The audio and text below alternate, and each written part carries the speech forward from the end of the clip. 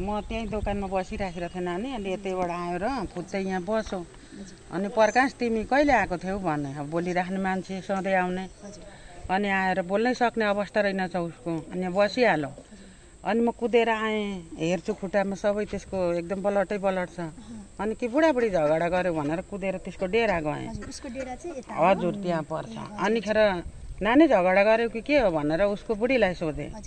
त मलाई हान्छ आमा पटक पटक आएर म हेरेर बस्छु भनौँ उसले लो राम्रै गरिछस् भन्यो भने फरक फिर्केर आएर अब उसलाई आएर प्रकाशलाई बोलाउँदा उसलाई हामीले गर्ने अवस्था केही थिएन अनि पुलिस रिपोर्ट गरिदिउँ भनेर अनि रिपोर्ट गरिदिउँ आउनुभयो उहाँहरूले के गरेर लानुभयो हजुर हजुर यहाँ हेर्नु यी बलटै छ बलट यहाँबाट उति हाँस भएको ठाउँमा गएर लड्यो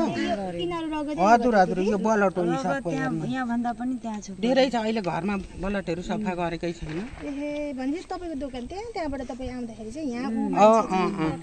हजुर अनि त्यहाँबाट उफ्रेर बिचरा कुखुरा काटे जस्तो भएर त्यहाँ गएर लड्यो अनि म सबै त्यति गर्दा गर्दै सबै गाउँघरको होहोरै भइहाल्यो वरपर सबै मान्छे भयो अनि पुलिस रिपोर्ट गरिदिउँ उहाँहरू आउनुभयो अनि खेर लानुभयो ठिकै छ जाम आउँ कति बजेको थियो दिदी 5 बजेको थियो होला 5 बजेर 10 मिनेट 5 बजेर 10 मिनेट कस्तो सधैँ पनि आइराख्नुहुन्छ कि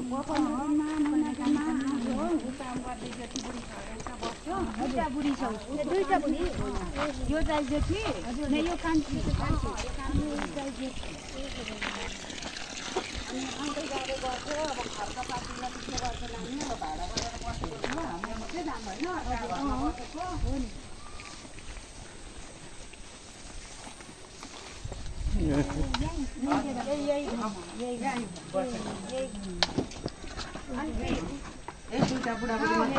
यतापट्टि त्यो नानी बस्छ उता कोठामा हजुर भनेपछि तपाईहरुले थाहा पाउँदाखेरि चाहिँ जोस यहाँबाट गएर बाटोमा बसेको मात्रै हामी देख्यौं घरमा त अब के झगडा गर्यो अब थाहै पायौँ अर्काको घरभित्र केही हल्लागुल्ला त्यसले अचानक यो दाइ र दिदी पनि थिएन त्यो केटाले त्यहाँ खुन बगेकी बगे भयो सायद नसकेर अब कोही बचाउँछ होला सायद भनेर बाटोमा बल्ल बल्ल त्यो भाइले कसरी गएछ त्यहाँ अनि हामीहरू हेरे अनि मान्छे बोलाएर अनि त्यो दाउले हानेको रहेछ 2 चोटी 3 चोटी गरेर यहाँ हानेको रहेछ यस्तो यस्तो भइराखेको छ ए हजुर कसरी हानेको रहेछ रे 1 चोट 2 चोट 3 चोट गरेर हानेको रहेछ यो फर्लक यस्तो भएको छ ए उसको त्यो गोपी अङ्ग सुगर्ने त्यस्तो बनाइदिएको छ आमामा 3 ठाउँ एक ठाउँ पनि हैन हजुर अनि त्यो दाबाहरू खोजेर अनि सरहरूले लानु भयो ए दाउले पो काटेको रहेछ दाउले काटेको रहेछ आमामा घरभरि रगत कति सुमुन आटिलो मैला रहेछ यो हामी त छक्कै पर्यौं हेर्नु त बुढेसकालमा यस्तो आँखाले देख्नु पर्यो हामीलाई त साह्रै राम्रो पनि लागेन घर छेउमा हैन अनि यो त फेरि कस्तो अब आखिर उसको बुढाइ त रहेछ हैन दुईटा बुढी अरे यो कान्छी अरे जेठीसँगै बस्थे भन्छ कहिलेकाहीँ आउँथ्यो यो बहिनीकोमा बसेको थियो पहिले अनि यो बहिनीबाट यसले उसको वातावरण बानी थाहा पाएर उसले निकाल्दियो अनि यहाँ आएर बसेको थियो कस्तो त्यो केटीको बानी चाहिँ बताइदिनुस् त केटीको बानी भनेपछि त्यो केटाले त्यो केटाको अनुसारले मैले भगाएर ल्याए मसँग बस मसँग बस अरूसँग कुराकानी नगर अनि त्यो चाहिँ कोसँग कुरा गर्ने त्यहीमा त्यसले रिसाउने खो ए केटी चाहिँ कति वर्ष जस्तो थियो केटी 45 जस्तै थियो होला केटा चाहिँ 30 एहे भनेपछि त केटा भन्दा ठुलो रहेछ श्रीमती चाहिँ 15 वर्ष ठुलो उपटिको चाहिँ नानीहरु थिएन छ नि नाति नातिना छ अरे त्यो केटीको अनि त्यो केटाको पनि 3टा बच्चा छ छोरा 2टी छोरी सानै सानै बच्चाहरु छन् ए भनेपछि झन्डै अब आमाकै उमेर ल्याएको लास्टै बुढी भएको मान्छे ल्याएको बिचारा केटा मान्छेले त्यस्तो पनि फेरि त्यसरी गर्ने घर पनि अल्लो पल्लो एकदम नजिकै ए ओल्लो घर पल्लो घर जरामपुरको अल्लो ठीक छ हामी भित्र जाउँ त दिदी कस्तो छ अवस्था देखाइदिनुहोस् त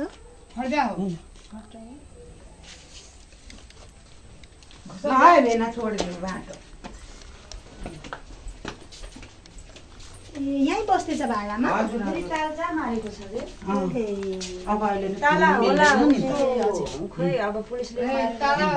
भर्खर अब आउँदैछ पुलिसले मारेको थियो जसले यही कोठामा बस्दैछ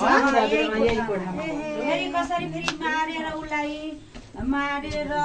त्यो काटकुट पारेर राखेर अनि आफू चाहिँ त्यो लुगा फेरेर सफा भएर ढङ यो के भन्छ नाटक पारेर यहाँ त्यो ओछ्यान बिछाएर पुरै मजाले सुत्छ। अनि त्यो केटालाई कसरी केटा भागेर बाटोमा पुगेछ अनि त्यो केटालाई सोद्धा भाइ कसरी भएर यस्तो दिदी म सुतिराखेको थिएँ अनि मलाई ऊ चट्टे काटिदियो उसलाई केटालाई सोद्धा अब चाहिँ निदाइराखेको थिएछ त्यतिकै बेलै उसले एकदम चट्टे काटिदिए पुरै। अनि तपाईहरु यहाँ आउँदा यहाँ भित्र पुरै खुनै खुन्छ खुनै एकदम खुनै अहिले पनि छ तर अब चाल्दै मारेको छ पुरै खुनै भर्खर आउँदैछ जिल्लाबाट। यता उभिनुहोस् त दिदी तपाईँ अर्को दिदी हो त्यसो दुईजना उभिनुहोस् ल। अनि जस्तै केटी त बेहोस थियो अरे भन्छ त केटी थिएन बेहोस नाटक गरेको नि कहाँ बेहोस नाटक पहिलेदेखि हाम्रो घरमा बज्दै थियो 1 वर्ष जति भयो त्यसको नाटक मात्रै केटालाई यो गर्दिन आफू चाहिँ यो भइहाल्ने ढलिहाल्ने पहिला पनि त्यसो गर्थ्यो पहिला पनि त्यस्तै भनेपछि बुढा नहुँदाखेरि अरूसँग पनि पुरै मस्त भेट्नु त आउँदैन थियो नि अब गाउँ बस्दा मतलब ऊ आफै जाने म त आफ्नो घरमा गाउँको थियो म त आउन दिदिन थिएँ त्यो केटालाई थाहा हुन्थ्यो भनेपछि ऊ बाहिर बाहिर गएर भेट्ने बुढा भेट्न हो त्यस्तो उसलाई रिस मैले भगाइलाई मसँग बस अरूसित किन जान्छस् बोल्न अरूसँग किन बोल्छस् त्यही भएर उसलाई रिस भयो त्यही रिसको कारणले यस्तो भयो भनेपछि हिजो त उसले त घाँटीमा काट्यो भए त मर्थ्यो मरेर अनि कति मजाले लुगा सुगा मजाले फेरेर अनि खोलेर राखेर अनि नाटक गरेर लुगा खोलेर राखेर लगाएर अनि बसेको रहेछ आनन्दले पुरै आनन्दले। अनि पछि पुलिसहरूले पक्रेपछि त्यस्तो केही भनेन तपाईहरुलाई छिमेकीले त्यो दिदीले भनेन केही पनि उसलाई बोकेर तन्नामा उ नै नाटक गर्दैछ त लानु पर्दैन तन्नामा राखेर सबैले बोकेर अनि उहाँ गाडी चढाउन दुईटा एम्बुलेन्स दुईजनालाई भाइले अलिक अगाडि लग्यो यो बहिनीलाई अलिक पछाडि। त्यो भाइसँग अरु कुरा केही भयो कि भएन दिदी त भाइसँग बोल्नै सक्ने अवस्था थिएन बिचारा सोध्न त सोध्यम हैन यस्तो गरेर कानमै गरे तिमीलाई कहाँ चोट लागेको छ कहाँ हानु भन्दाखेरि यस्तोमा काट्टेको छ भन उसले लेङ्गा काटेको छ अब हामीले त हेर्ने कुरा भएन फेरि पकायो वरी फेरि मासु पनि अस्ति हिजो खिलायो मासु रक्सी सबै खिलाएछ भनेपछि मासु रक्सी खुवाएर त्यो मातेको तालमा सुतेको बेला काटेछ त्यतिखेर यहाँ उहाँ चोट लाग्दा त फुल प्यान्ट कट्थ्यो नि केही कटेको छैन उसलाई पुरै खोलेर मजाले काटेछ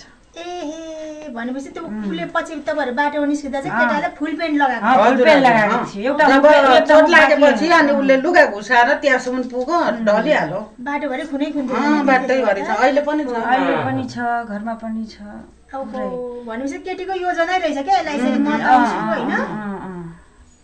किन यसो गरे जस्तो लाग्छ दिदी तपाईलाई चाहिँ अब तपाईकोमा त पहिलादेखि भाडा पनि बसेको रहेछ के छ त्यो भा अब ऊ अर्कोसँग त्यसरी लाग्न नपाएर हो कि अब खोइ अब म त निकाल्दिए दिनभरि म पनि बस्ने थिएँ म आउँदा घरमा त बुढोले त्यो केटाले भन्नुहुन्थ्यो दिदी यस्तो यस्तो गर्छ म कुट्दिनँ म भन्थेँ किन झगडा गर्छस् रे हाम्रो घरबाट झगडा गर्छ त भाग दिदी मैले राखेको छु पैसा तिरेर यसले यस्तो यस्तो गर्छ उसँग बोल्छ उसँग मलाई रिस चढ्दैन म भाडा तिर्छु म खर्चा दिन्छु म पाल्छु त्यसमा तिमी कोहीसँग नबोल काम गर्न पनि नजा म खर्चा दिँदैछु त्यस्तो कुरा गर्दै थियो केटाले। अनि मैले पनि तिमीहरू यति झगडा गर्छ भने मेरो घरबाट हट अनि त्यसपछिबाट यता आएर अनि यता आए अल्लो घर पल्लो घर आएर बस 1 वर्ष जति भयो जस तपाईगाउँ बस्दा चाहिँ केटीको बानी व्यवहार खत्तम थियो घरतिर जाने बस्ने के गर्ने त्यस्तै गर्ने त्यही भएर उसलाई निकाल्दिए त्यहाँबाट निकाल्नु मैले निकाल्दिए मेरो घरमा त्यस्तो चल्दैन जा तिमीहरू धेरै झगडा गर्छस् त्यही भएर मैले निकाल्दिए। अनि दिदी तपाईले त्यो हिजोको त्यो जुन दृश्य त कसैले पनि हेरेन होला नि कि हेर्यो त्यो भाइ दाइको त्यो हिजो चाहिँ हेर्यौ न अहिले चाहिँ भनौँ अब त्यो चौकीबाट आएको सरहरूले हजुर देखाउँछौँ आमा तर तपाईँ हेर्नु न त भन्नु अनि मोबाइल दियो हामीले हेर्नै नसक्ने अवस्था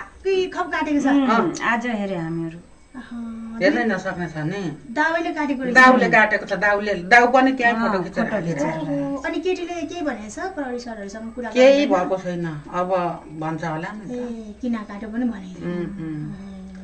यो त अनि कस्तो एकदमै अचम्मको घटना भयो है दिदी तपाईलाई थाहा छ यस्तो हो नि थाहा थिएन मलाई त अन्त कहिलेकाहीँ अब त यहाँ त अब त यिनीहरूको यहाँ हाम्रो घर छेउमै पर अहिले त हेर्नु त हामीले नि अब यिनीहरूको त के भयो के नि आन्टी यहाँ नि हाम्रो घरमा बस्थ्यो त खालि त्यसैको झगडा हुन्थ्यो खालि त्यहीको झगडा हुन्थ्यो अब यहाँ बस्दा चाहिँ के को हुन्थ्यो उनीहरूको थाहा छैन पहिला हाम्रो घरमा बस्दा